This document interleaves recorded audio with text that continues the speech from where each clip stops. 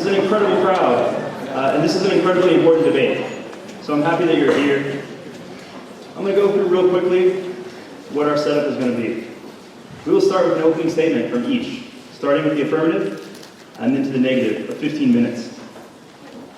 That will end and be followed by a rebuttal, 8 minutes each, and then a cross-examination, where our speakers will stay at their tables and be able to talk to each other. It will start first with John Mark, who will be able to speak to Dan, and then Dan to John Mark. Once cross-examination starts, you should have cards in front of you that allow for you to write down questions. You should start passing those to these two aisles during cross-examination. Runners will go up and down and collect those and bring them to our staff in front. They will be selected by the opposite group. So questions for the atheists will be selected by the theists, and questions for the theists will be selected by the atheists, to ensure that both we can have questions promptly and clearly asked, as well as hard-hitting. We will end promptly at 7 o'clock. So please keep all showings of agreement or disagreement or applause to a minimum to allow our speakers to get their points across and use their time effectively. In return, our speakers will stick to their time limits. And they will also signify when their segments have ended, if they are back-to-back, which will happen in 2 cases. Real quickly, I would like to thank the 2 sponsors, the Society of Open-Minded Atheists and Agnostics, and the St. Thomas More Society. These 2 groups have shown commendable poise and professionalism when working together, despite protests, disagreements over various events, and obviously theological differences. Only half in jest did I tell my friend today, if these 2 societies can work together, maybe all of ours can. I'd like to invite them up now, Frank and Joey. They are the presidents of those respective organizations. They're going to tell you a little bit about themselves, as well as introduce our speakers. Joey will start by telling you about Soma and Dan, followed by Frank, who will tell you about St. Thomas and John Mark, at which time John Mark will begin his opening statement. Please give them your attention. Good evening, ladies and gentlemen. My name is Joey Ralph. I'm the president of the Society of Open-Minded Atheists and Agnostics here at the University of Kansas. For those of you who don't know what SOMA is, we are a student organization that is comprised not only of students here at KU, but also members from the surrounding Lawrence community, and also from Kansas City and Topeka areas. Our goal as a group is to promote secularism, challenge religious dogma, support community institutions through charity, and hold social events and discussions. Our primary goals are to provide a community for atheists, agnostics, and freethinkers to be themselves, as well as to improve the perception of atheists within our community and beyond. If you have any further questions about it, feel free to talk to me. But for now, we'll move on to the introduction of our representative in tonight's debate. All right. Our representative will be debating the negative side, and he will be arguing against the existence of God. A former Christian preacher and musician for 19 years, he famously announced his atheism, and has been a figurehead for the movement in America ever since.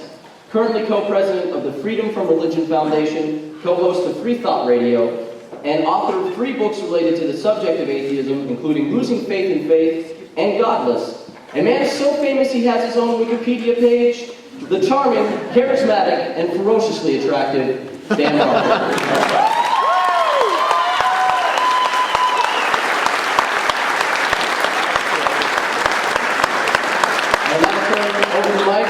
To St. Thomas More's Frank Baskell for further introductions.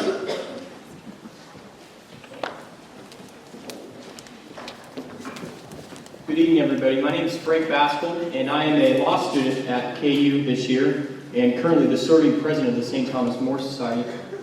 Very quickly, I'd like to thank Joey Ralph and Conrad Hudson and all of SOMA for being so wonderful to work with. They did a great job in helping us get together this event and did a lot of work. A little bit about the St. Thomas More Society. We are a group of Catholic law students who are focused on integrating their Catholic faith in their studies and ultimately their law practice as we strive to emulate our patron saint, St. Thomas More. We strive to achieve these objectives through daily prayer, community service, public discussion, and frequent receipt of the sacraments. Please visit our blog to see all the activities this year the Society has partaken in. Now I'd like to introduce you to Dr. John Mark Miravalle, who is representing the St. Thomas More Society this evening in arguing for the existence of God. Dr. John Mark Miravalle is first and foremost a husband and a father of three. He has studied theology at the Franciscan University of Steubenville in Ohio, the Pontifical University of St. Thomas Aquinas in Rome, the Pontifical Faculty of the Immaculate Conception in Washington, D.C., and the Pontifical Faculty Regina Apostolorum in Rome, where he obtained his doctorate. He is the author of the book entitled The Drug, the Soul, and God, a Catholic Moral Perspective on Antidepressants. He is a professor at the School of Faith and has worked at the St. Lawrence Catholic Campus Center here in Lawrence, Kansas for 6 years. Please join me in welcoming Dr. John Mark Miravalle.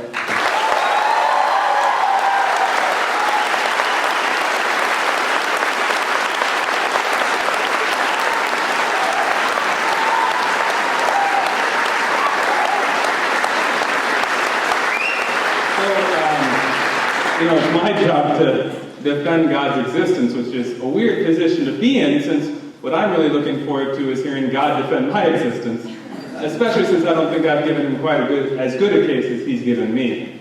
But I have 3 proofs tonight that God exists, one from metaphysics, one from ethics, and one from logic. And the proof from metaphysics has about 3 steps.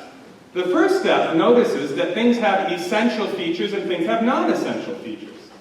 And an essential feature is a feature that a thing has just based on what it is, in virtue of its own internal structure, whereas a non-essential feature is a feature that a thing just happens to have. So I took great care in drawing this triangle for our event tonight, and you will see, I hope you like it, this triangle has 3 sides.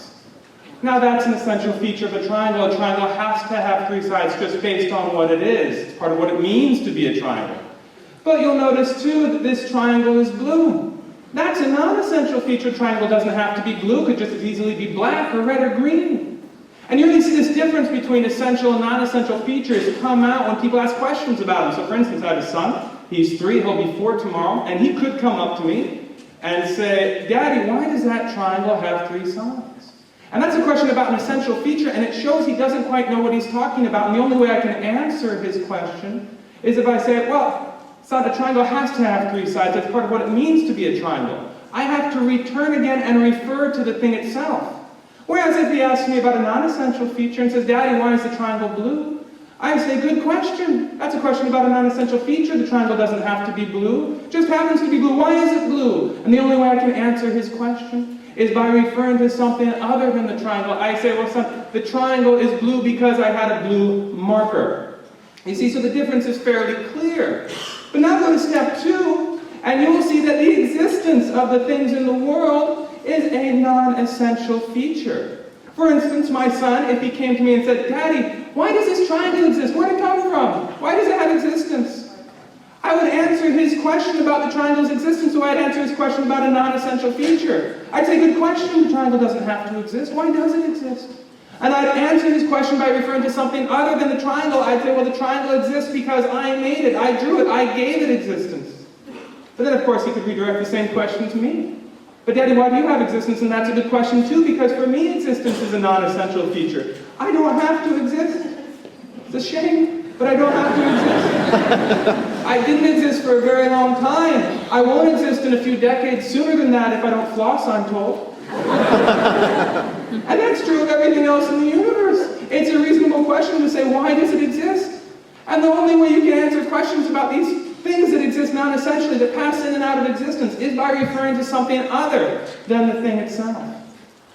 So here's step 3. Step 3 shows that if you want to find an explanation for a non-essential feature, you can only find it in a source of that feature, a source which possesses that feature essentially. So I brought a magnet today. I have all kinds of props, and you'll see the magnet has some, well, I don't know if you can see, but the magnet has some nails and some paper clips hanging down from it. And they're all magnetized because they're connected to the magnet. Now someone could say, why is that nail right there magnetic? And that's a great question.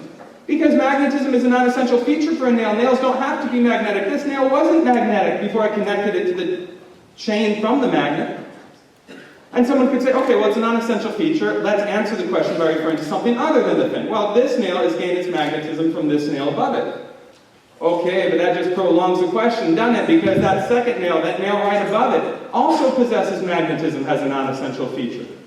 You see, so you come to realize that whether you can see it or not, somewhere nearby there has to be a magnet that is supplying, that is acting as a source of the magnetism. There has to be a source of magnetism that itself possesses magnetism essentially in virtue of what it is. And that's what we mean by a magnet.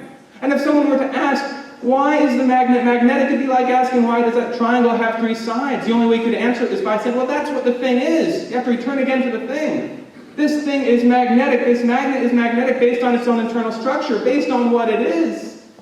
But then, if that's how we explain non-essential features, then we have to conclude that the existence, the non-essential existence of all the things in the universe can only be explained by a source of existence which itself possesses existence as an essential feature based on what it is.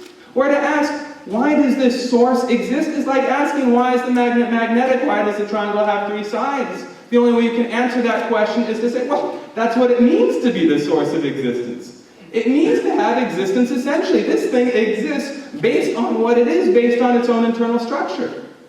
And this essentially, necessarily existing source, this thing that has to exist the way a magnet has to be magnetic, the way a triangle has to have 3 sides. This necessarily existing, essentially existing source of existence we call God. And by the way, don't think you can get out of it by appealing to some sort of infinite quantity of things, because that won't help. If I were to say, why is that magnet magnetic? And someone said, well, there's an infinity of magnetized nails. That wouldn't answer the question. The question wasn't how many magnetized nails are there. The question was, where are these magnetized nails getting their magnetism? If I draw a dot on a piece of paper, someone says, where'd that come from? I say, well, I drew it. But supposing it were possible for me to draw an infinity of dots on a piece of paper, and someone said, where'd all those dots come from? And I say, well, there's an infinity of them. That's not the question. The question wasn't how many dots are there. The question is, where do these dots come from? So too, when the question, why do things exist? There can never be a legitimate answer in saying, well, there's an infinity of existing things in the universe. That's not the question. Not how many there are. Where are they getting their existence? And the answer can only be this necessarily existing source of existence that we call God. That's the first proof. The second proof is a proof from ethics. And this proof starts out by noticing that we have moral convictions. Pretty obvious. We all have moral convictions. Let's take one that we all share, I assume. We all know that it's wrong to torture children for pleasure. But here's the question, ready? Here is the question. Where do we get that knowledge from? Where do we get our moral convictions from? There's a couple possible answers. Someone could say, well, we get our moral knowledge by looking out at the natural world, by examining the facts of life. But that doesn't work because the natural world, the facts of life show us what is the case, where our moral convictions are about what ought to be the case, and there's a clear dissymmetry there. Those two don't line up. The facts of life, the natural world, shows us that it is the case that some people torture children for pleasure. Whereas our moral convictions tell us that it ought not to be the case that some people torture children for pleasure. So they don't line up. You can't get your moral convictions by looking out at the natural world because the natural world doesn't show you a moral picture. So someone might say, well, let's try this. Maybe we get our moral convictions from within ourselves. Maybe our moral convictions are expressions of our own desires, choices, preferences, instincts. But that doesn't work either, for a couple of reasons. One is, you notice we're always very careful to show that the truth of our moral convictions is independent of our own personal situation. If I see someone torturing a child, I say, stop. He might say, why? Don't you like it? Don't you choose to live this way? I would say, well, of course I don't like it, don't choose to live that way, but that's not the point. There's lots of things I don't like, don't choose to do. I don't like or choose to eat peanut butter and mustard sandwiches. But I wouldn't tell someone to stop. I wouldn't say, don't eat peanut butter and mustard sandwiches, it's wrong. You see, I'm not telling you to stop torturing children because I have a problem with it, but because it's sick and it's wrong and you mustn't do it. Also notice this. When our desires, preferences, choices, instincts are frustrated, what do we feel? We feel disappointment. Whereas, when our moral convictions are frustrated, what do we feel? We feel moral indignation and outrage, and those two are not the same. I may apply for a job and get turned down for it, and I may be disappointed. But I don't necessarily feel outraged. Maybe that was the right decision. Maybe I just wasn't a good fit for the job. Or I may go looking for cookies in the cupboard, find there aren't any. I'm disappointed, but I don't become indignant. Nothing evil happened. Just no cookies, bummer. Whereas when my moral convictions are frustrated, I feel indignation. I feel that something wrong, something evil has happened. You see, so they can't be the same because the experiences that we have when each one is frustrated are vastly different. So someone might say, well, our moral convictions are determined by the larger culture as a whole, right? Society at large, the given authority figures in any given age, any given setting, that's what determines our sense of right and wrong. That obviously doesn't work either for two reasons. One is, if that were the case, we could never meaningfully talk about social progress, right? We could never say that we've become more ethical, say, in our treatment of women, in our treatment of minorities. Because to be able to say that presupposes that you can take two cultures side by side and compare them against some other standard and say, yeah, this culture is doing better than that one on this issue. And we obviously say that, which shows that the culture can't be its own standard. There must be some other standard that we can compare cultures against. Also notice this, if the culture was what determined our sense of right and wrong, then the very idea of social reform would be a contradiction in terms. Because social reform happens when an individual or a small group of people stand up for what is right against the culture at large, against the general social ethos. But if the general societal ethos was what determined what was right, you could never stand up for what is right against it. But that's precisely what happens. We applaud those people who are brave enough to stand up for what is right, even against the mob, even against the large group, which shows that the large group isn't what determines what's right. That rules out a lot of options, right? We've ruled out, as a source of our moral convictions, we have ruled out the natural world, we have ruled out ourselves, and we have ruled out other people. What's left? Well, some source that goes beyond, that transcends ourselves, that transcends other people, and that transcends the natural world, and this transcendent moral source, this transcendent source of our sense of right and wrong, we call God. The final proof is a proof from logic.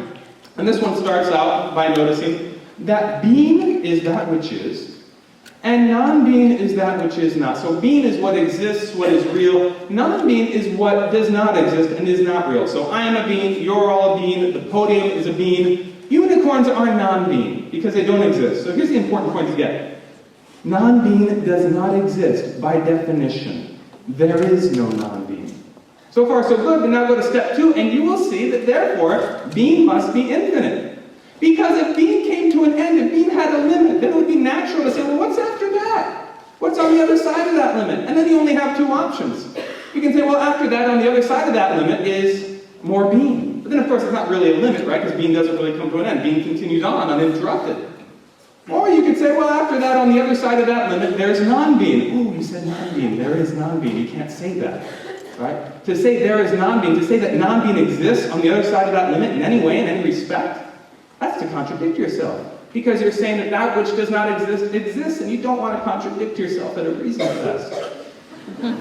So, the conclusion must be that being is infinite. But if being is infinite, then being is also perfect, because imperfection comes from missing something. For instance, if you get a 99% score on a test, that's a good score. But it's imperfect. Why? Because you're missing that 1% of the right answer. But if you're infinite, you can't be missing anything, so you can't have any imperfection, so you have to be perfect. Therefore, this infinite being is perfect, and this infinite perfect being we call God. And by the way, since you can't add to infinity, whatever Buzz Lightyear may tell you, our being, our existence, is no addition to the infinite perfect existence of God. Rather, our existence is a limited, finite share in the perfect infinite being of God. So this infinite perfect being, who allows us to be by allowing us to share in a limited way in his being, in a finite imperfect way in his infinite perfect being, we call God. So that's a pretty good start, I'd say. We've proven that there has to be a necessarily existing source of all the existence that we see around us. We've shown that there has to be a transcendent, a source that transcends the world, ourselves, and other human beings, a source of morality, of our moral convictions. Right, that's what I mean by morality, our moral convictions. And also that there has to be an infinite, perfect being who allows us to be by sharing in his being. So notice this. The first proof shows that if God doesn't exist, if God doesn't exist, things are inherently inexplicable. But reason could never help us explain what's inherently inexplicable. The second proof shows that our sense of good and bad, our sense of value, depends on God's existence. And we could never assign value to reason. We could never say that reason was good if we didn't have a sense of value or good at all. And finally, the last proof shows that if God doesn't exist, things break down into absurdity, into contradictions, into senselessness. And if things are senseless, then reason can't help us make sense of things. The point is that reason depends on God for the operation, for its operations, to fulfill its functions. Reason depends on God to do what it does. At a Reason Fest, the one we should really be celebrating is the one who makes it all possible. That is God. Thanks so much.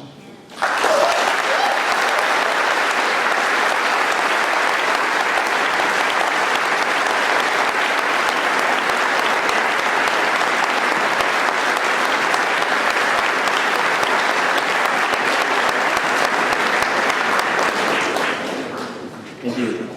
Dan Barker will now have his opening statement for 15 minutes.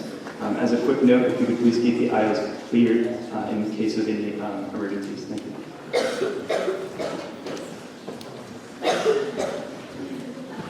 So this Catholic priest takes a rabbi to a boxing match.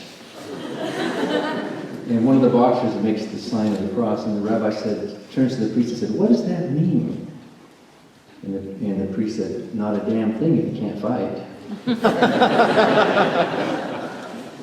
Yesterday was the National Day of Prayer, and of course we all know that nothing fails like prayer. We all know that. How many prayers have been said forever, and they have not been able to keep praying for God's blessing, and nothing changes. If there were a God, you would think there'd be some evidence for that. Thank you, John Mark. Very eloquent. Nice to meet you. Thank you, Conrad. Thank you, Soma and St. Thomas More Society. And thank all of you for coming. The fastest growing religion in the United States it's not a religion at all. Do you know what it is? The fastest growing religion right now is non-religion.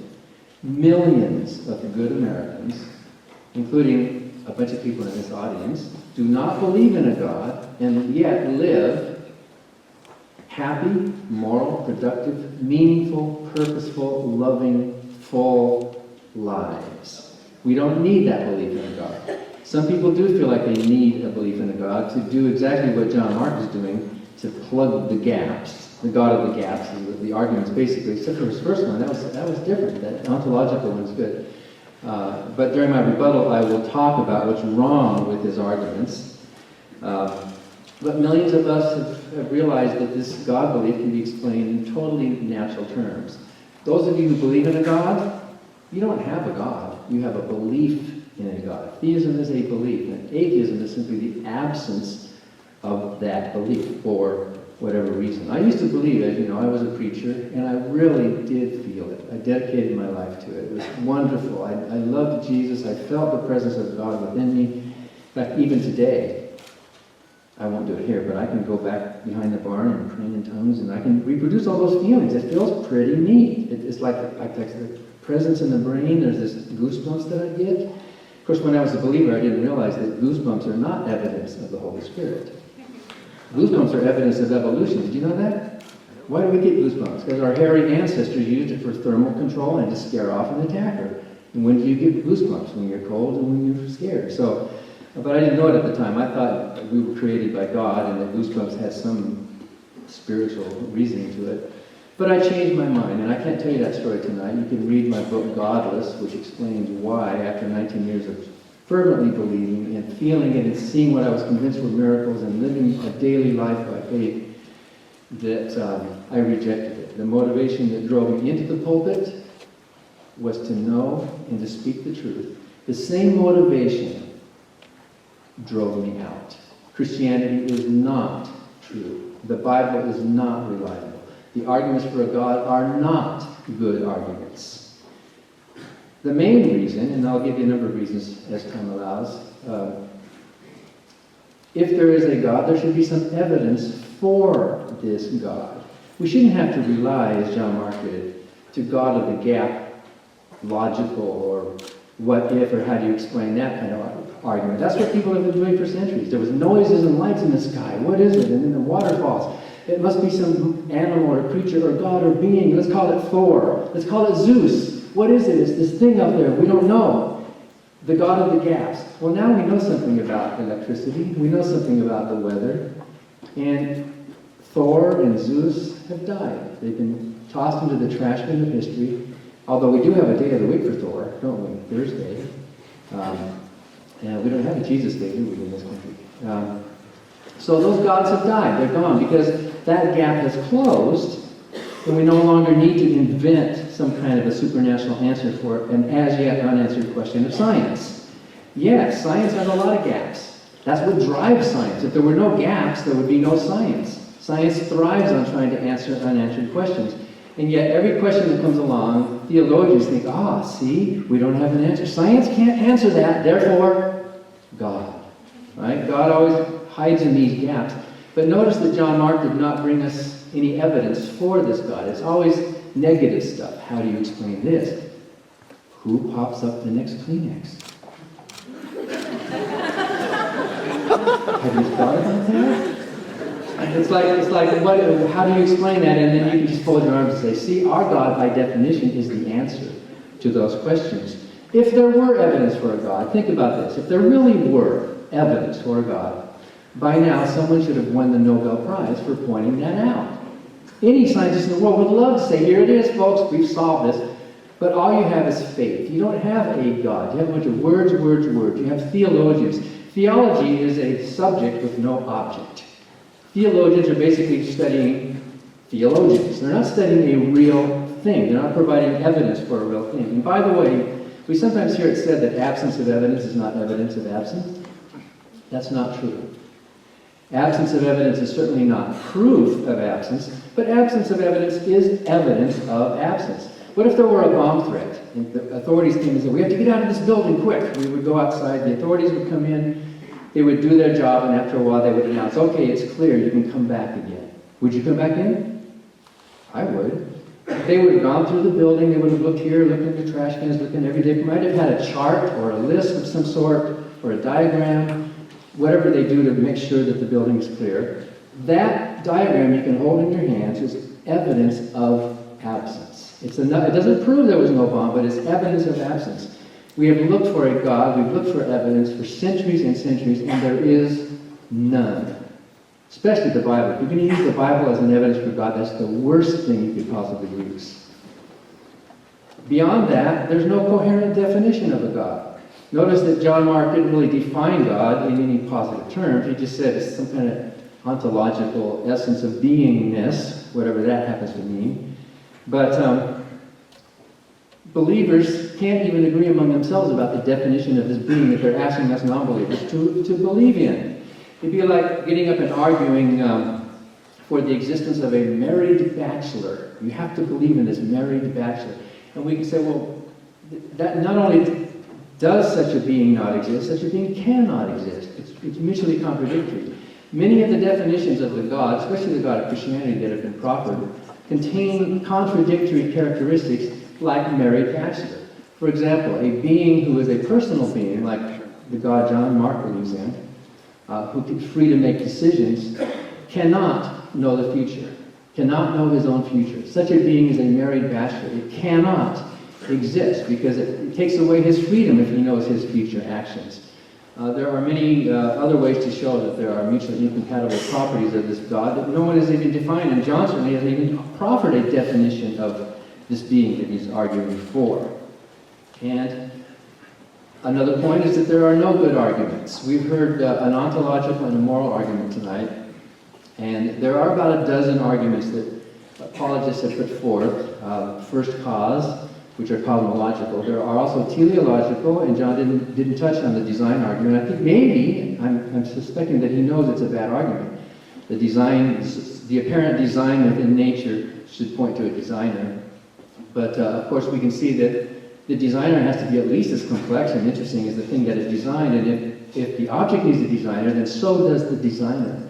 You get into an infinite regress with these arguments. There are also the other types of ontological arguments that Bertrand Russell, when Bertrand Russell was a teenager, he was very briefly convinced that the ontological argument proved the existence of God. But then he woke up the next morning and he said, they're all just bad grammar. You put these arguments, the arguments contain unexamined assumptions, or they beg the question. The premises themselves contain the very conclusion that you're arguing for, which is what happens in some of these teleological design and cosmological arguments. It's really just assuming the very thing you're trying to prove. And if God, and John hasn't defined as God, but I presume being Catholic, he believes that God is good because he's giving us this moral argument that somehow has been implanted within us, which I'll talk about during the rebuttal. If this God is good, then how do you account for the problem of evil? All theologians admit that's the thorniest problem. If there's a good God, why doesn't he stop evil? Why doesn't he answer prayers? Why doesn't he care? All you have to do is walk into any children's hospital, and you know there's no God. You know it. You see it. Those parents are desperately praying. They love their kid. Maybe they're good churchgoers and good prayer, and they're wanting God's blessing, and God bless America, and please. And those kids die at the same random rate as anyone else. There is no God who appears to care about anyone's life, who appears to answer prayers. And why not? If there were this God who was the source of morality, then why is there all this, not only moral evil, but natural evil, as we see throughout the cosmos? The needless suffering, the nature red in tooth and claw of evolution, all of this horribleness that's going on in the world, in this universe that is not so beautifully created. There's so much beauty in the cosmos, but there's so much ugliness as well. So I would like to see John at least address something. I know there are about 6 theodicies that have come up with Hicks's soul building or character building, but I would like to see you at least offer some defense to the problem of evil. Why doesn't God care, and why is it that your prayers go unanswered? And Paul wrote in the New Testament, not that I believe Paul, but he wrote this, God is not the author of confusion. But can you think of a single book that's caused more confusion than the Bible? Look at that. All these groups. Catholics were killing Protestants. Protestants were killing Catholics. The initiation of the 30 Years' War in Europe was over Catholics and Protestants. Should you baptize infants or not? Each side knew that they had the right answer. Each side could open the book and could prove that everyone else was wrong. All these Christian denominations, each one of them can prove, and I used to think I could prove, I had the way to properly discern the word of truth. I knew what it really meant when I read it, and the others were off in some way. And look at the dissensions, look at the fighting, look at the holy wars, look at the history of religious bloodshed that's still going on even now. If there is this all-powerful being, he doesn't seem to care very much. He seems pretty sloppy, doesn't he? If he's the source of moral authority, then why did he only give the ultimate absolute moral authority to John Mark? Why is he the only person who happens to know that, you know? And all these other denominations and groups fight with each other. There's no agreement about this nature of this deity that people are arguing for, nor is there any agreement about the moral principles of this deity. You take any social issue that we're struggling with right now, you name it. Name a few. Stem cell research, gay rights, abortion rights, women's rights, constitutional rights, death with dignity, marijuana using, the war, torture, you name it. All these things that society is struggling with, you find devout, Bible-believing Christians and devout Jews on both sides of that issue. You see them marching in different marches. There is no moral beacon in the Bible. There is no absolute moral compass that we all have on these issues, because you disagree with probably half this crowd about many of those issues, and yet you claim that you have this source of moral authority that is guiding your life. It's something arrogant about it when I was a preacher, thinking that I was the one that God was telling what was the true moral authority. What it really boils down to, it's just your own subjective moral feelings. I'll talk about morality during the rebuttal. So, there's no evidence for a God. Absence of evidence is evidence of absence, although it's not proved. There's no coherent definition of a God that believers agree on. There's no way to even falsify the statements, and I'll talk about that also during cross-examination. There's no good argument for a God. There's no good defense to the problem of evil. There's no agreement among believers about this being that they're all arguing for. And there's no need for a God. It is more reasonable not to hold a belief in such an irrational idea of this being that transcends the natural world and somehow gives our lives meaning. Meaning does not come from above. If meaning came from above, if meaning came from a transcendent world above us, then there's no meaning. We don't have meaning. We are secondary. We are servants. We are slaves. We are fitting in the universe in some secondary way. Those of us who don't believe in God realize that the meaning and the purpose in our lives that we make for ourselves is much more important, much more beautiful, much more awe-inspiring than any pretense or delusion of a supernatural creator.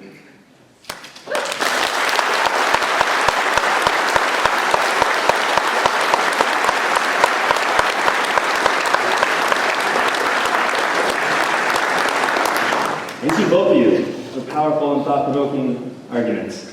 Things are only going to get more exciting and fast-paced as we go. Next is rebuttals.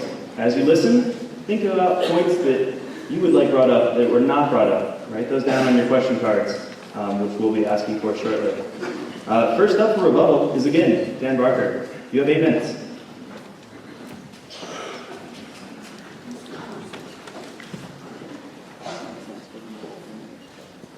The essential feature of a blue triangle is that it have 3 sides and that it be blue. Right? Otherwise, you don't have a blue triangle. You can define anything you want into existence and then define what you want it to be essential or not. In fact, a triangle is just a subset. A triangle is just a polygon. A triangle is not an essential polygon. What is the essential feature of a polygon? It has to have 3 or more sides to it. So, you're playing with words here by trying to say that there are features that are essential or not. We decide for ourselves what we think is going to be the thing we're calling essential. So you could say the essential feature of a multicolored polygon is that it be a polygon with multicolors. You can talk all you want. That's why Bertrand Russell was talking about bad grammar. You're trying to bring things into existence that are just mental constructs for the way that we view the world. You made an amazing statement during your opening statement. You said that existence is a non-essential feature of something. But existence is not a feature. Existence is not a characteristic. You cannot have a feature of anything unless it is a thing, unless it exists. Existence is not something that you have. It is not something you possess. It wouldn't be like, oh, I have this skin color, I have this hair color, I have this height. Oh, by the way, I also have existence. You're confusing words. You're comparing apples and oranges. You are equivocating. That's the word I'm looking for. You're equivocating by thinking that existence somehow is a characteristic or a feature of a thing that exists. How can existence be a feature of a thing that exists? It has to exist. It has to be a thing before. Then you can start saying that there are features to it.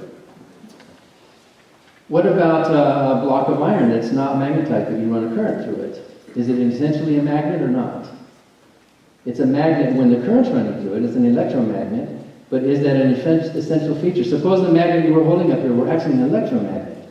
It's the same idea. So to say that magnetism is an essential feature of a magnet is just to say that there's been an electromagnetic current or an alignment of the molecules within that medium. And then you say God exists infinitely, and yet infinite things can't exist. Well, which way is it?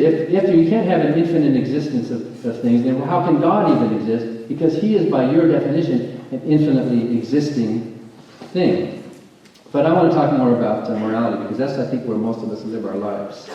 You are wrong on all those counts about morality. Yes, we can find morality within nature, and we do find morality within nature. Thomas Jefferson wrote a letter asking, if God is the source of morality, how do you explain all the virtuous atheists that are in the world? And he named a bunch of them. Condorcet, D'Alembert. these are good men, and they are atheists, and they don't believe in God. Morality must have some other source than God, and he was right. He thought it was instinct, and actually he predated Darwin. He predated evolution, and he was pretty much right. We do have altruistic instincts that we share with other creatures. Other animals have altruism and empathy and cooperation. They sacrifice for each other. They have cross-species cooperation with each other. The work of Franz de Waal and others pointing out that we are not the only species that have these moral impulses within us. We share them with other animals because we are animals. We have instincts that came to us from the minds of our ancestors. The decisions that our ancestors made that leaned towards survival, we inherited, and therefore, I was in the Detroit airport about 20 years ago, and I wasn't even looking, but the corner of my eye saw this little baby kick, and the baby carrier rolled off the top of the luggage to fall down to the hard marble floor. I saw my arm stretch and reach over, and I caught that thing with my fingertips. And a second later, the mother caught it too. And we were both like, whoa, that was scary. I wasn't contemplating Jesus. I wasn't thinking about God. I wasn't even noticing it. Just my instinctive reach. And you would have done the same thing, right? You instinctively would have done it. We come pre-packaged with moral impulses from our natural ancestors. We also do get some guidance from the law. The law is not always perfect, and the law is flexible. We do get some guidance from the combined wisdom of our society, which can help us. Sometimes are bad laws, but in general, we should at least consider the laws. And of course, the primary way to be a moral person is not through thinking that this being is putting these impulses within you. It's through reason. It's through thinking. The reason why certain actions are wrong, like torturing a baby for no reason, is not that there's some cosmic absolute code. Because what if God said it's okay to torture babies? In fact, in the Bible, God did say that, and I will quote that to you during cross-examination. If God said it's okay to kill babies, then would it be okay? We have moral impulses not because of some absolute moral standard, but because of harm. The principle is harm. If your intention is to act in a way that minimizes real harm in the real world, that's what morality means, if you are mentally healthy. Some people are not. There's probably some people in this room who might be at the edge of the bell curve of who knows what. And we have systems of law in prison. Most of you are good people. We're here on this side of it. We inherit from our ancestors natural altruistic instincts. We get from our society guidance in the form of law. And using reason, you look at your actions, you say, should I torture this baby or shouldn't I? My goodness, what should I do? Well, which action results in less harm?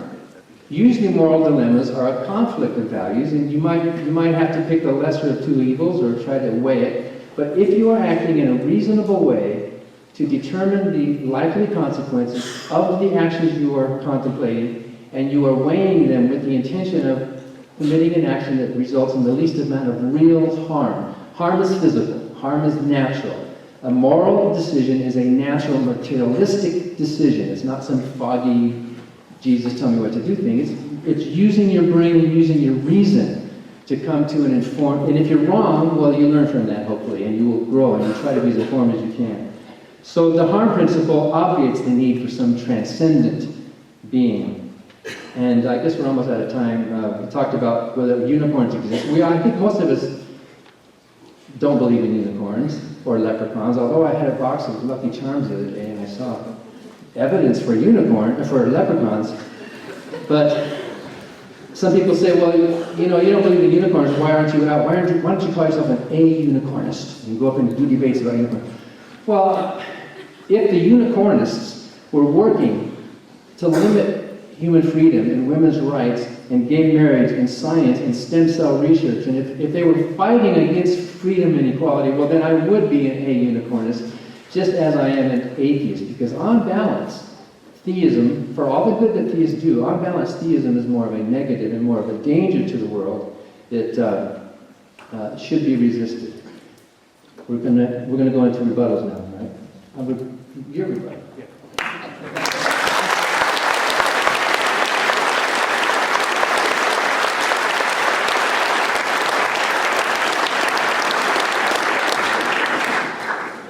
Well, thanks, Dan, for the compliment about eloquence. That certainly means a lot coming from such an experienced and accomplished speaker as yourself, so thanks. There was a lot that was discussed that I don't think we came here to discuss, so I'm not going to address specifically things like the efficacy of prayer, certainly all the political issues that were mentioned, and certainly not scriptural exegesis or Christian history. While I would obviously be pleased to engage in another debate about those issues, and I think they're important ones, we came today to talk about God's existence, and I'd like to mention a few of those issues. One is that Dan started out by saying I didn't give any evidence for God's existence. Now, I know you all know this, but let me just repeat very clearly. The way an argument works is you start from something that is immediately known, and you proceed to something that is not immediately known. That's the way every argument works. And what is immediately known, that counts as evidence. And it is immediately known that being is that which is, and non-being is that which is not. It is immediately known that we have moral convictions, and it is immediately known that things exist and they don't have to. And that's the source. That is the evidence which led us to the fact that God exists. There was just one small point. Dan mentioned if someone had proven God's existence, they would have won the Nobel Prize. I looked this up, actually. The Nobel Prize was first given in 1901. So the problem was, poor Thomas Aquinas and Anselm and Blessed John Henry Newman, they were all dead before they could get their Nobel. It doesn't really undermine the validity of their arguments. It's kind of like saying, well, Darwin must have been wrong because the poor guy died right before getting that award. It certainly doesn't undercut any of their arguments or their contributions. I didn't give a definition of God. Seems strange to me because I said he was a necessarily existing source of existence, that he was perfect. I don't know which of those words don't work, and that he was moral and good. I mean, those all sound like positive words to me. Dan mentioned that a lot of theists disagree about God. Well, as I'm sure a lot of you know, a lot of literary critics disagree about The Tempest. I've read it. I think there's about 1,000 critical essays regarding Shakespeare's plays, The Tempest, what it's about, what the point of it is, who it was written for, when it was written, even who it was written.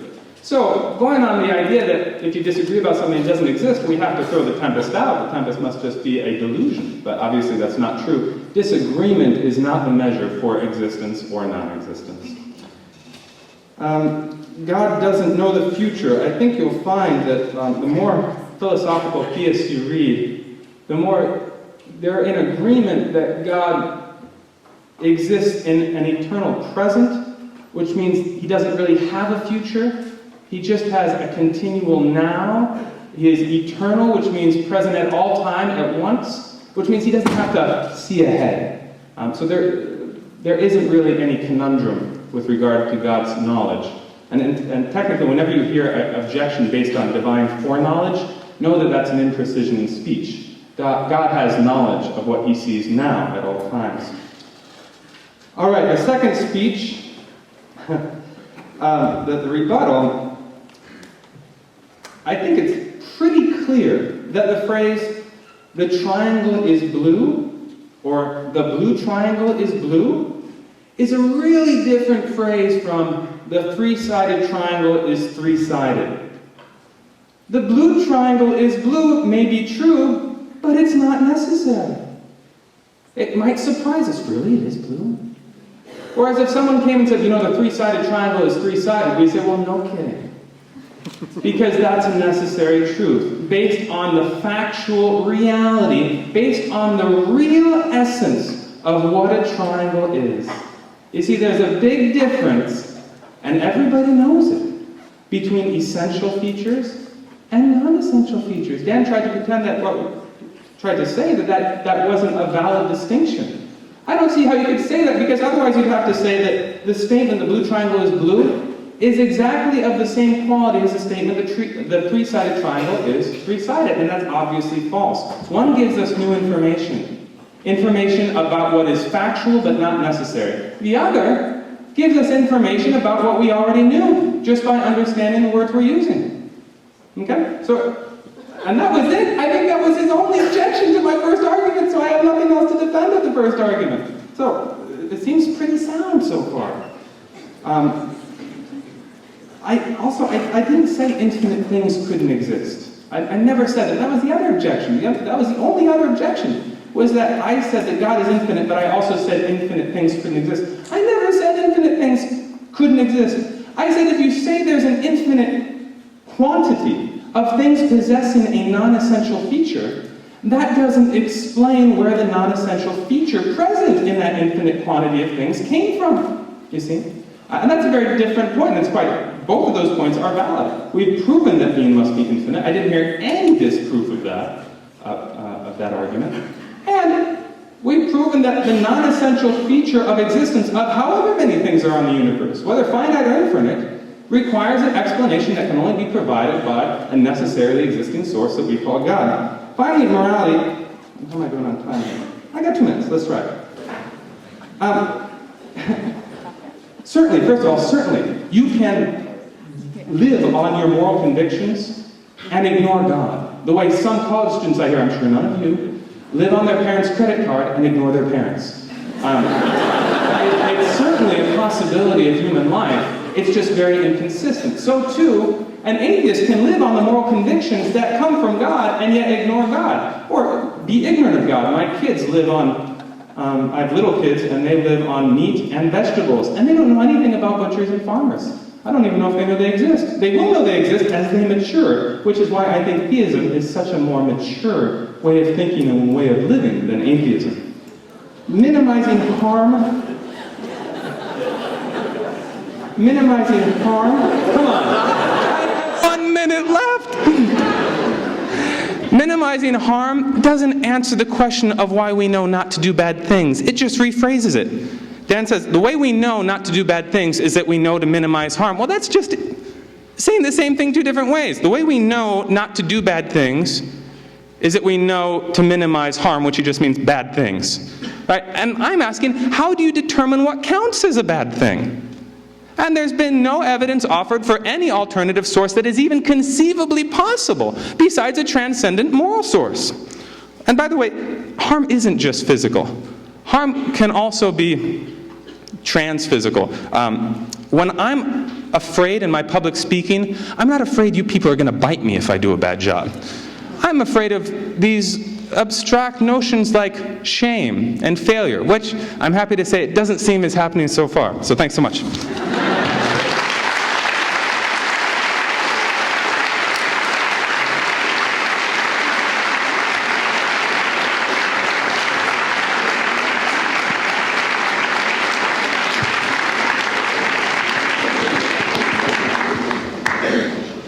Now it's time for possibly the most exciting portion, the cross-examination.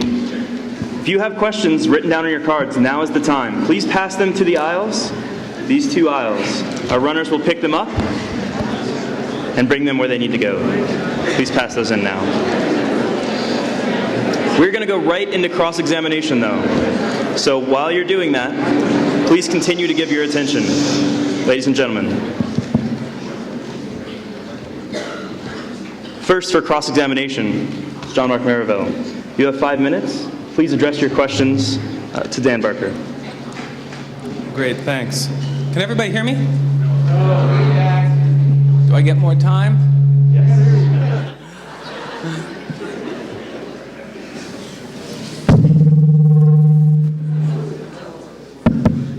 We good? No. Testing 1, 2, 3. Okay, I'm clicking my little clock. So Dan, I know you're familiar with the law of excluded middle, which says that if you have 2 comprehensive categories, there's no possible alternative for a different category.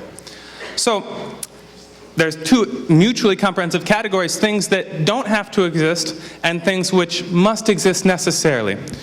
I'm asking, what other possible explanation can there be for the existence of things that don't have to exist? I think the very phrase, things that don't have to exist, is a conceptual phrase that's not referring to anything in reality. Our brains can come up with all sorts of concepts that don't exist in reality. And we can even make words for them. So in order for your question to have any meaning at all, I have to know what it means I have to know what you mean by that phrase, things that don't exist. So it's a question that can't even be answered until it's defined properly. Well, let me try this, and this is a quote from your book, and maybe you've changed your mind. I don't mean to imply that you still think this, but on page 109 you said this. You said, life as we know it, humans, for example, did not have to evolve. Now, that seems to indicate an insight of yours, and I would say a very true one, that certain things in the universe, for instance, living things, do not have to exist.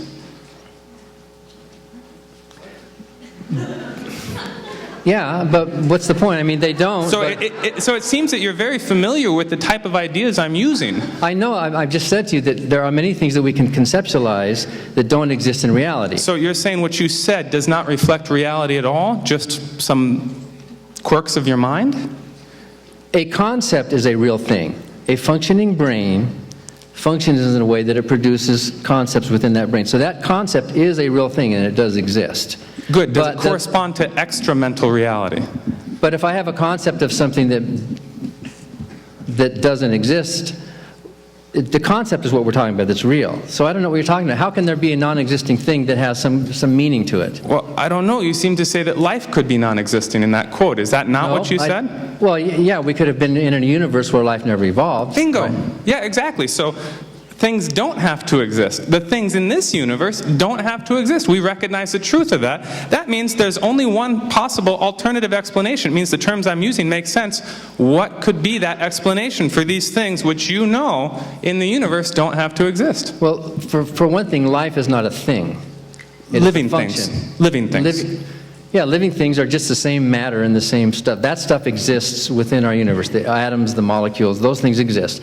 Their arrangement of them in a functional, complex arrangement of them are what we call life, and that is a concept. Yeah, but now you're talking about the meaning of life. I want to talk about the existence or non-existence, which you recognize as a real possibility for things like living things in the universe. And when I made that comment, I wasn't saying that just if humans don't exist, then no life would exist. There could have been some other form of life other than humans. Exactly, right? exactly. So what's the point? The things that exist don't have to exist. We both seem to agree on that. There's only one possible conceptual explanation for the things that don't have to exist, and that is something that has to exist that serves as a source of that existence. What's the alternative? You're saying the words don't make sense, but then you seem to say that they do by using them about reality. If a functioning brain did not exist, there would not even be a concept of those functioning brains that don't exist. So the fact that we do have functioning brains, the whole idea of a non-existent thing is a concept.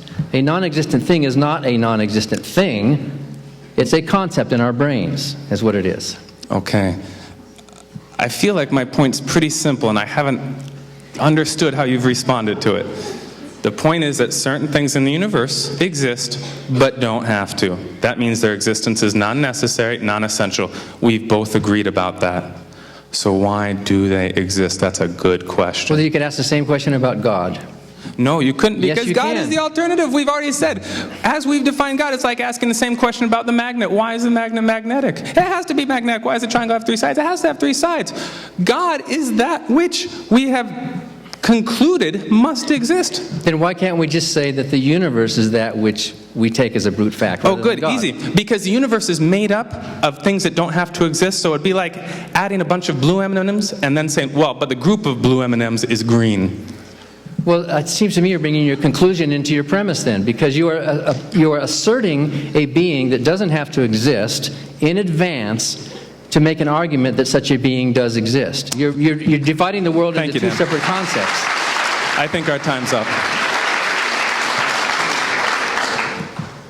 Is it an essential feature of a polygon that it have three sides? No, unless it's a triangle. There you go. So for a polygon to exist, it doesn't have to be a three-sided figure. So three-sidedness is not an essential feature of a polygon. Unless it's a triangular polygon. So if I were to say the same thing, a blue triangle In order for a blue triangle to exist, to be an essential feature of a blue triangle is that it have 3 sides and be blue. But that's not we're true. defining what a blue triangle is. You're defining a 3-sided polygon. You're just picking your words to think that 3-sidedness is somehow, by definition, an essential feature of that thing, when I could just add... If it's You a know what I'm saying? triangle, it is. Are you saying there's no real triangles? And No, that triangles that are real don't have 3 sides? Are you saying there are no blue triangles? No, Of course there are blue here's triangles. one.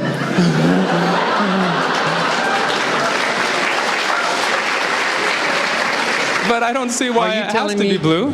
Are you telling me that an argument is an evidence? I'm saying an argument is based on evidence or it's not worthy of the name. But when I ask for evidence for God, you're giving me evidence for our existence and you're giving me evidence for moral things, but you're not giving me, what is God made of? No, what is he defined of? How much space does he occupy? How much does he weigh? How would God differ from a non-God? How do you define? What evidence can you give, not to answer these unanswered questions, but what evidence can you give for your God? What is it like? I think you misunderstood the direction of the proofs. I wasn't providing evidence that things exist. That we know. That things exist was the evidence I provided for God, which now we know too. But you were responding to my rebuttal, which was rebutting your claim. So, maybe Sorry, I didn't get that last one. Does this bottle mean there's a God? Yeah.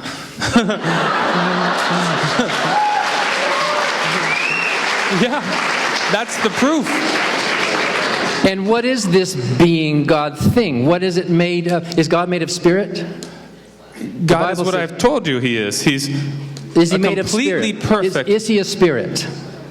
Yeah. Well, let me explain that Okay, because well, like, define spirit. you then. bet Define something it. with intelligence and freedom. That's what spirit is? Oh yeah, man. So, And by the way, because God is infinitely perfect, he has to have the perfections of intelligence and freedom. And I'd say that in America we know freedom is a perfection. And at a university we know that intelligence and understanding are perfections, right? Probably not too much controversy on that one. So this infinitely perfect being has got to possess the perfections of intelligence and freedom, which is all I mean by spirit. by definition, right? But not by any evidence that you have offered us of that being. You offered us evidence for gaps in our understanding, but you've not actually admit it, you don't have evidence for the being itself. I don't see any gaps in our understanding. I think the understanding is pretty clear. We have evidence. You haven't shown where I took a misstep on any rational course. You just say, I don't accept that evidence. Well, show me why. But it's an evidence for plastic bottle is just evidence I'm not for giving an plastic evidence bottle. for plastic bottles. I'm starting with the fact of the plastic bottle. Folks, I have evidence for unicorns. It's right here. Here it is.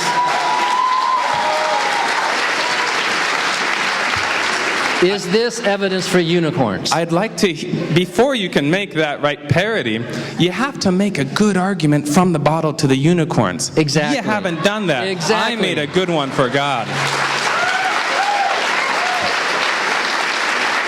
I think you just proved my point.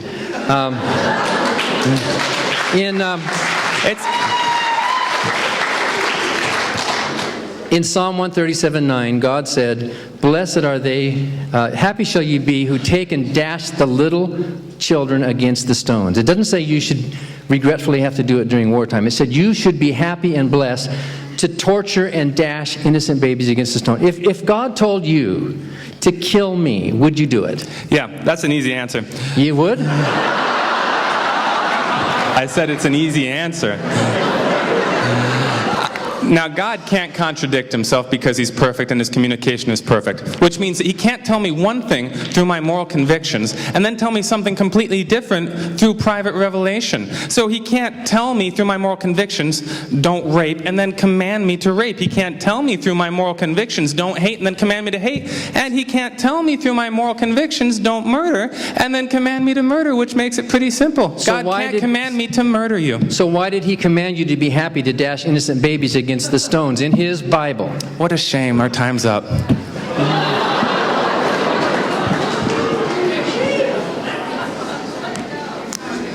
John Mark, would you be willing to answer? I'll extend the time. Yeah, absolutely. I would. I would say that if I begin to get into questions of biblical exegesis, we will never stop.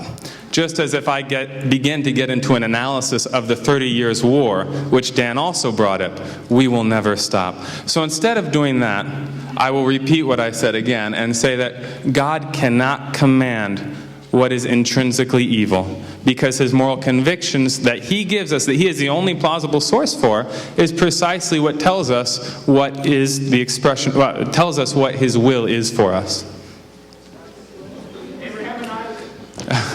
Write it down on the card.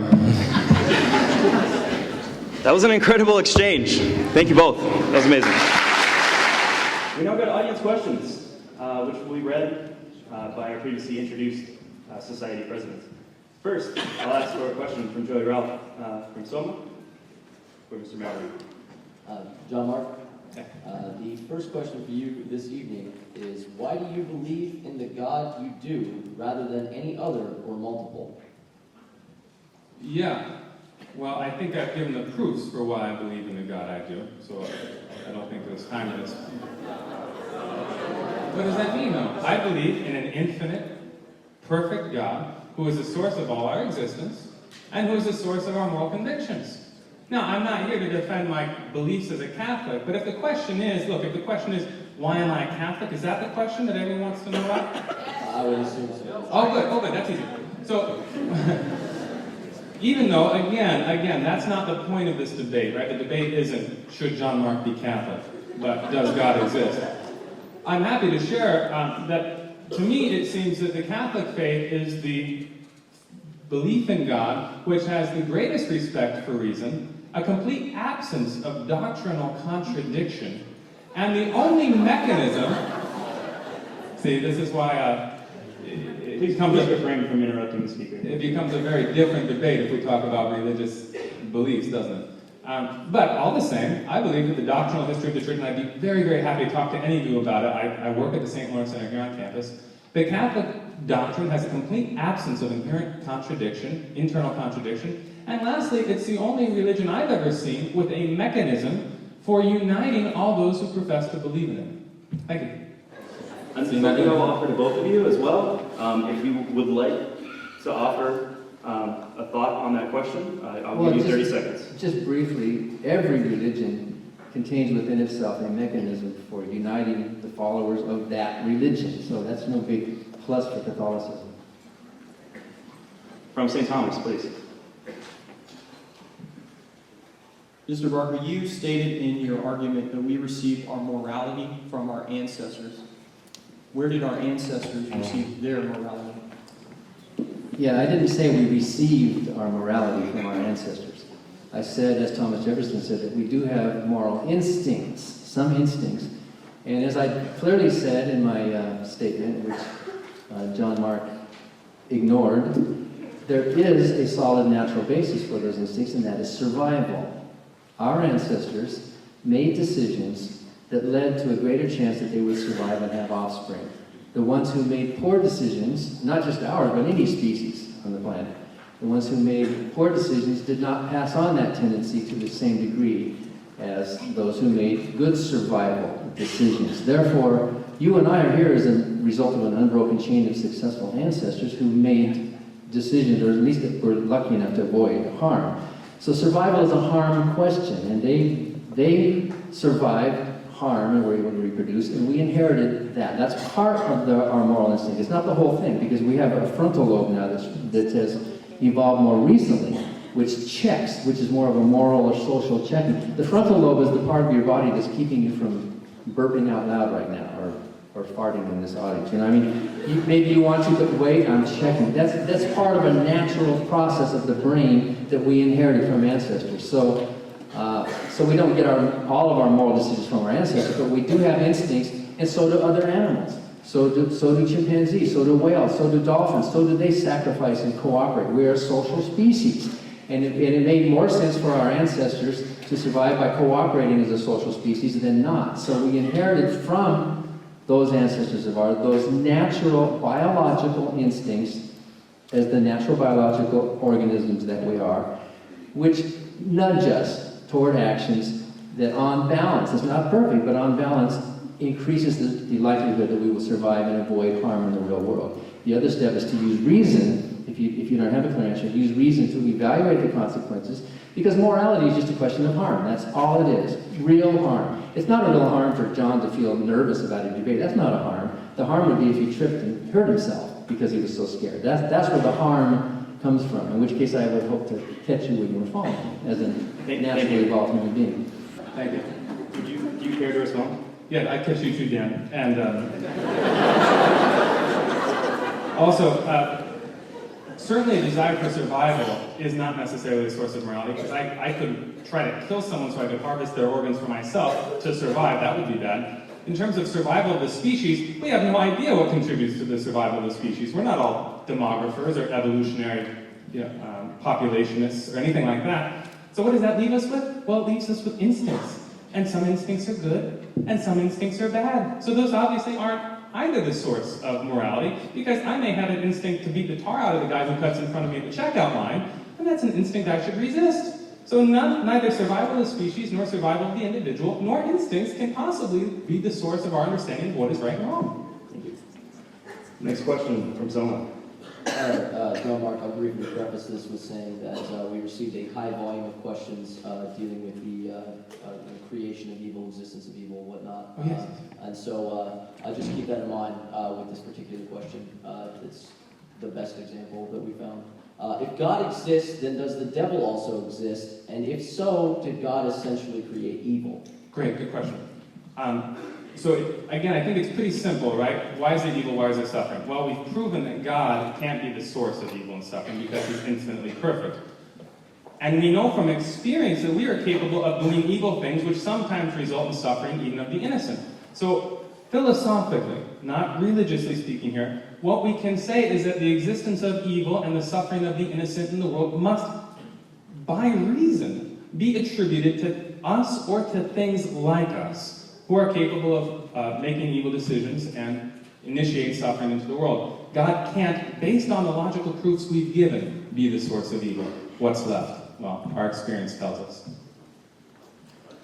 Well, I would say briefly that in the Bible that you claim to believe has no contradictions, God very clearly claimed in Isaiah 45:7, I created evil. The Hebrew word there is ra. The Hebrew word for create is bara.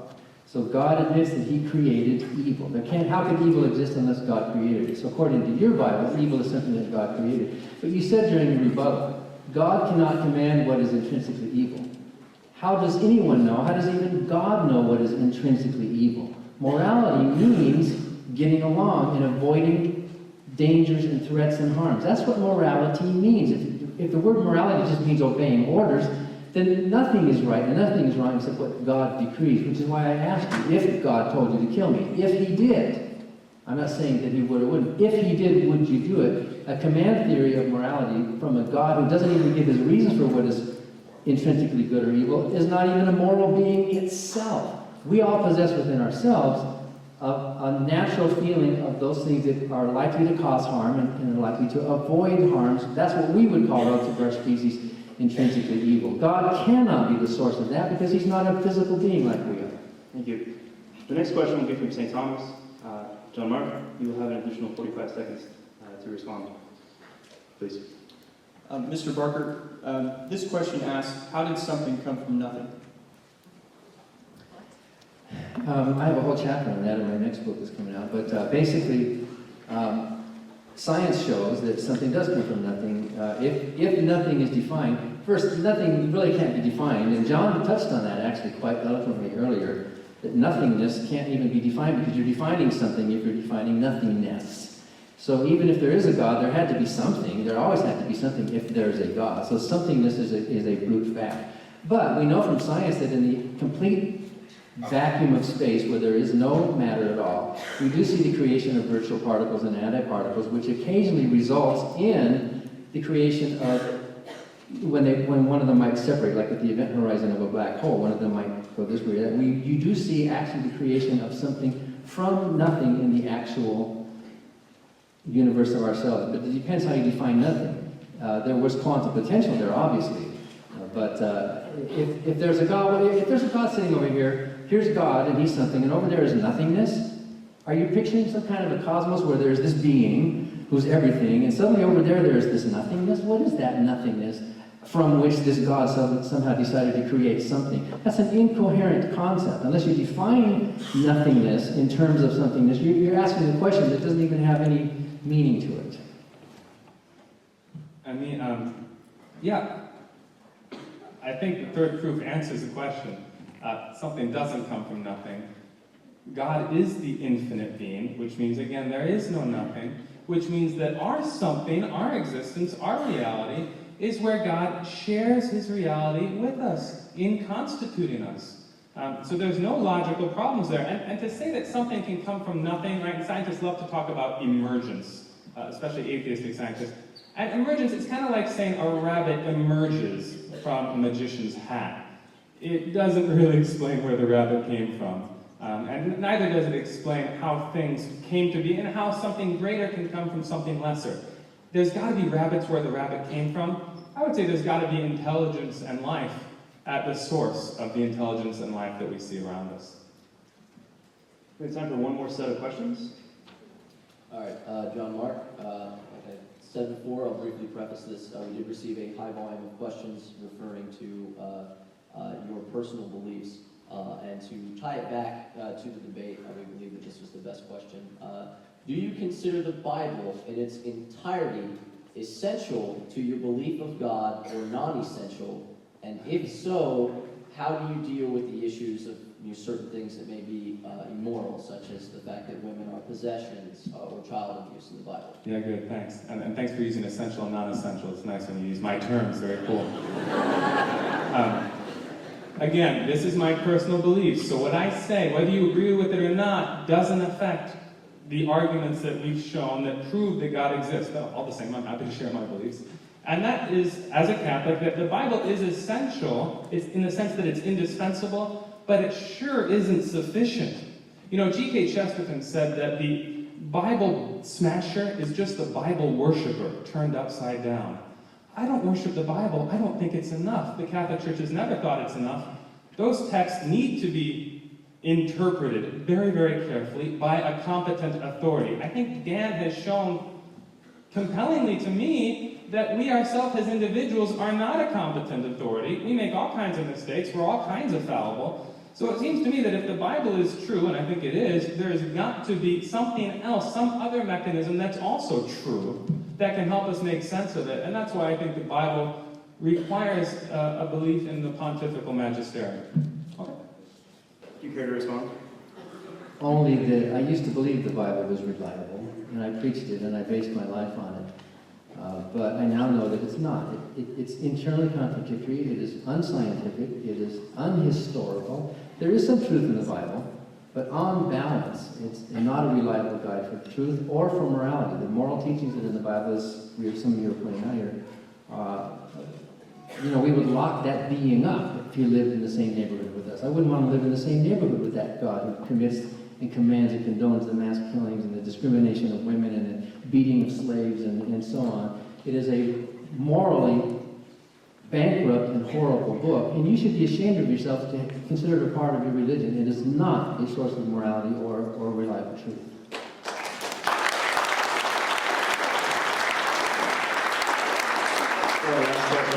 St. Thomas.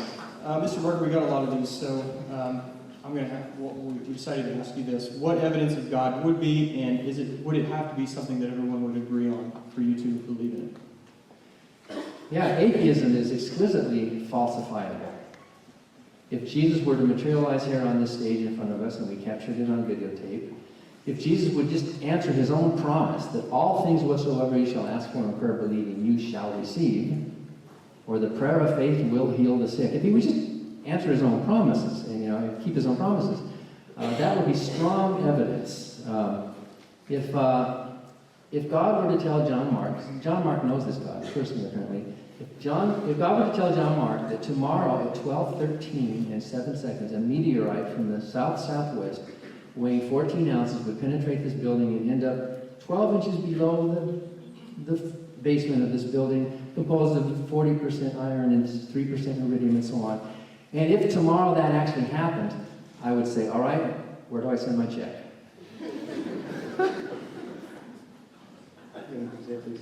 Yeah, I thought, first of all, it was interesting you spent half the question talking about what it would take to make them believe in Jesus, which certainly wasn't the question.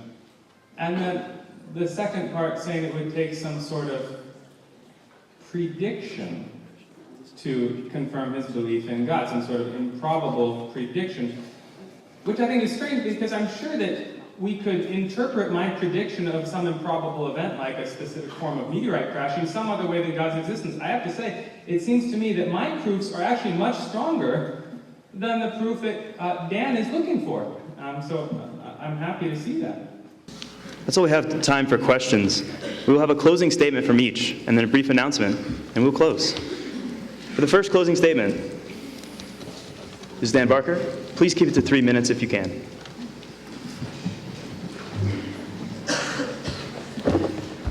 I think John's biggest blunder tonight was the sentence that existence is a non-essential feature. Existence is not a feature, it is not a characteristic. He's playing with words. Theologians like to do that. Christian apologists like to equivocate. They like to pretend that in the ontological argument, Anselm did the same thing.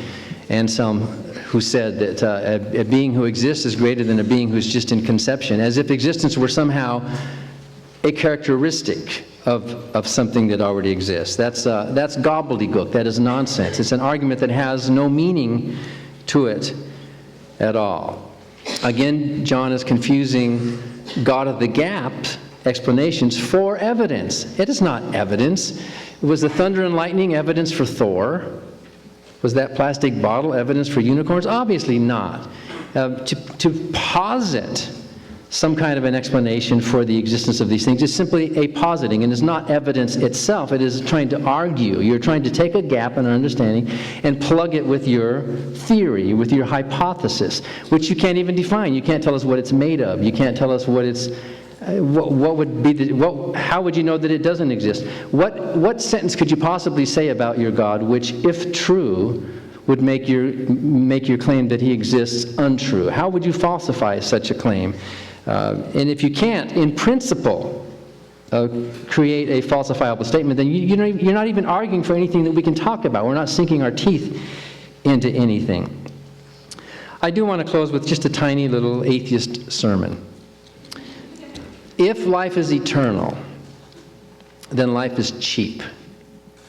We give greater value to things that are rare, things that are precious, rare metals and precious.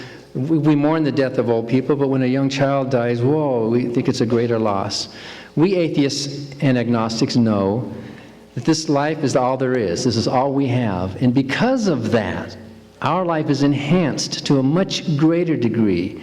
Our appreciation, our enjoyment, our respect for that life is enhanced. So I have not heard any evidence for a God. I haven't heard any good arguments for a God. I've heard a lot of words. I've heard some equivocations. I've heard some bad definitions. So in my mind, why believe in something that is so irrational and delusional? Why not spend our energy and our time not giving money and time and energy to some church or some religion, but actually doing real good in the real world? There's no purpose of life. That's the truly good news. If there were a purpose of life, that would cheapen life as well. As long as there are problems to solve and the truly moral issues that we're struggling with and solving the real problems of society and the world, hunger and inequality and oppression and you name it, as long as there are those problems to solve, there is immense purpose in life. So we atheists and agnostics reject the notion of this creator God, but we heartily embrace morality, goodness, beauty, and purpose. Thank you.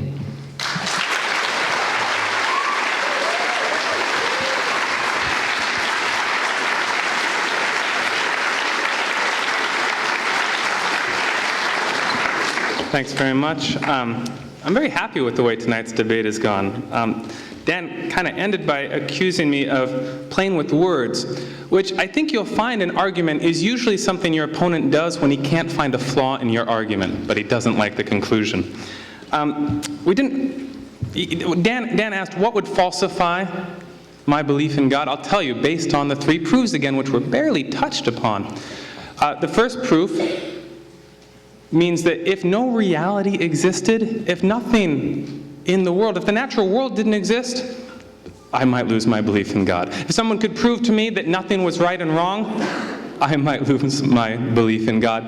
If someone, based on the third proof, could show that illogicity was possible, if someone could show me a round square, I might lose my faith in God. That shows how difficult your case is and how strong mine is. I'd like to end with this. There's been a lot of citation from the Bible tonight, so maybe I'll be excused one citation, which is from the second chapter of the book of Jeremiah, where there's a complaint made against those pagans who say to a piece of wood, "You are my father," and who say to a rock, "You gave birth to me." And of course, that's a very irrational, very primitive, very superstitious worldview. But what's interesting to me is that the pseudo-scientific atheism that Dan represents tonight is superstitious and irrational for precisely the same reason. In fact, the only thing that's changed is that the idols have gotten smaller. Instead of saying to a piece of wood, "You are my father," they say it to the molecular life forms of the world. Instead of saying to a rock, "You brought me into the world, you gave birth to me," they say that to the inanimate, unintelligent subatomic particles.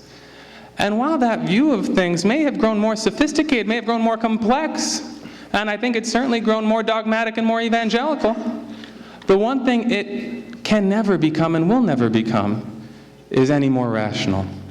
Thanks so much, and God bless.